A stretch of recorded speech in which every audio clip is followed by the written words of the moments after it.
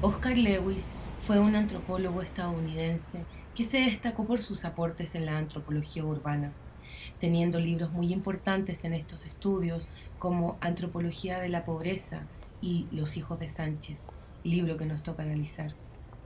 A comienzos de los 60, ambos libros fueron muy criticados por sus colegas antropólogos. El libro Los hijos de Sánchez fue tachado por el Estado mexicano de obsceno e inmoral, tanto por sus relatos crudos y por estigmatizar a la pobreza con el tilde de cultura. Aún así, al correr de los años, esta etnografía biográfica con relatos cruzados entrega un aporte valioso, tanto como método de estudio como también una mirada realista de la vivencia de individuos que relatan en primera persona este texto.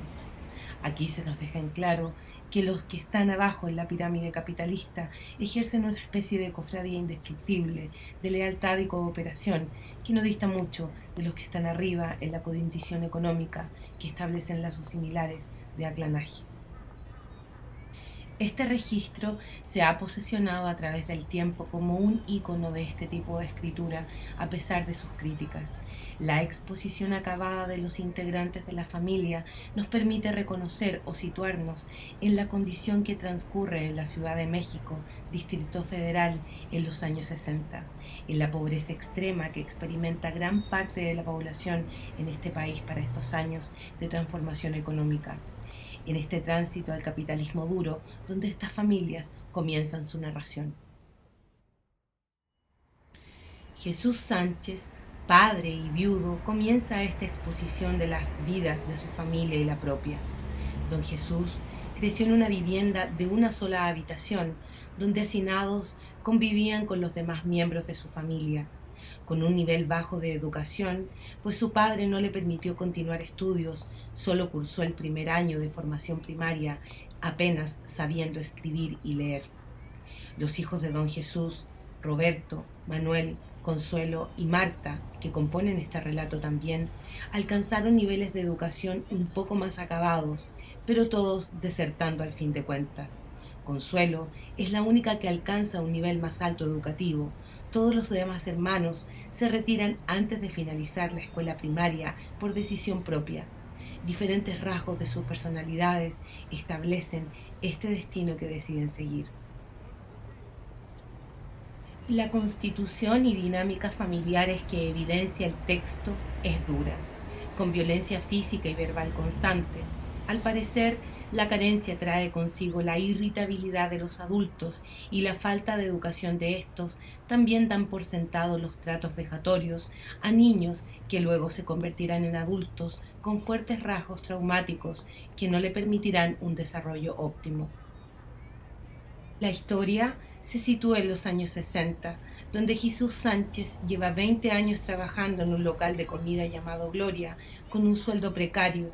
El patriarca comenzó a trabajar mucho antes de los 10 años en diferentes oficios, en lo que viniera para poder comer. También así sus hijos hacen el mismo ejercicio de trabajar a muy temprana edad, también para poder subsistir. Ya a estas alturas don Jesús tenía 51 años de edad y sus hijos bordeaban entre los 25 y 30 años. La madre de estos, doña Leonor, muere de un derrame cerebral estando con un embarazo casi de término en el año 1936, siendo muy joven con aproximadamente 28 o 30 años de edad. Jesús Sánchez luego tiene otras esposas y convivientes con las cuales crece su descendencia, al igual que sus hijos, que se casan o conviven con diferentes personas, teniendo numerosos hijos que muchas veces no logran alimentar. Las vivencias de estas personas transcurren en la extrema pobreza de un México que está en pleno desarrollo industrial y que es justamente en este tránsito donde las dificultades sociales y económicas se encrudecen en el contexto histórico de este país. Este libro se destaca por ser el primero que expuso este tipo de método como apertura etnográfica. Estas historias de vida nos permiten observar cómo es la realidad de la pobreza y que para la época fue altamente criticado, pero a través del tiempo se ha posesionado como un clásico de esta metodología y pionero en estas perspectivas investigativas.